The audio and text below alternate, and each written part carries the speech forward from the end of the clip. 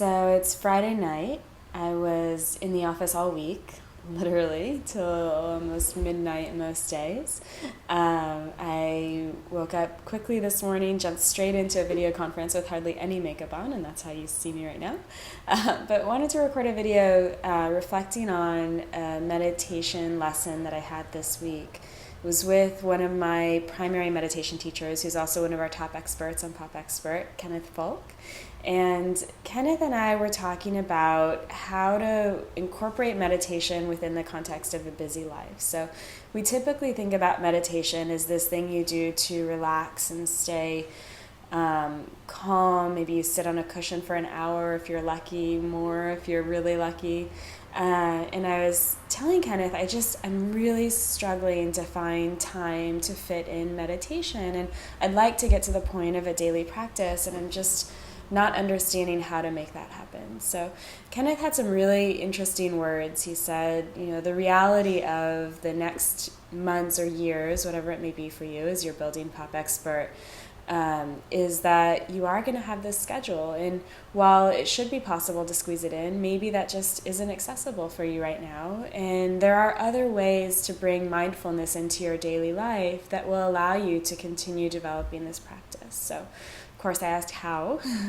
One of them that he suggested I'd already played with a bit. So this is the idea of in the small moments that you have when you're waiting in line for something or waiting on hold for something, it's a perfect time to have a mini meditation.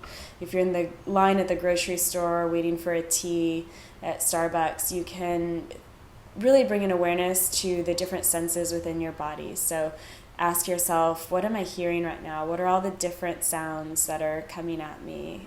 What am I seeing? What are the colors? How's my eyesight being stimulated? What am I tasting, feeling? Just go through the different senses and bring a greater awareness to each of them. That's a form of mindfulness. Another thing that I've been practicing is taking the 60-second meditation break in the moments that you really need it. So when you start to feel cortisol rushing through your body, giving yourself a chance to go ahead and just for 60 seconds cultivate presence, close your eyes, and do a mini meditation. And I found that does have a very positive effect in resetting the physical chemistry, the way that I feel in my body.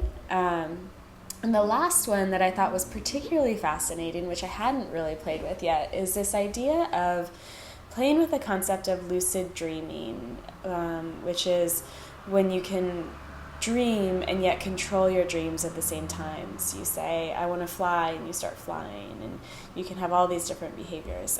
That's not something I've mastered yet. I'm incredibly fascinated by it. But I understood the concept and how to potentially apply that toward mindfulness in daily life. So what Kenneth was talking about was when you're in any sort of circumstance, there is the opportunity to bring an awareness to your presence in that moment, even while you're present. So you can be having a conversation with somebody and be very connected with them and deep in the conversation, and yet still have an awareness of your presence in that conversation, in that space, in the room, the way that your body or your senses are engaging with it. It was a really interesting concept to me because I had previously thought of mindfulness as something where you're very internal. He helped me realize that it's actually something where you can also be very much external in the world and present. So I thought that was a fairly interesting concept to share. It's something I'm going to be working with and practicing over the coming weeks to see if it's a way to bring greater mindfulness into a busy schedule. So I hope that is interesting and helpful for you as well. Happy to share any comments or feedback, or you can check out my profile on popexpert.com and we can chat about it. Thanks.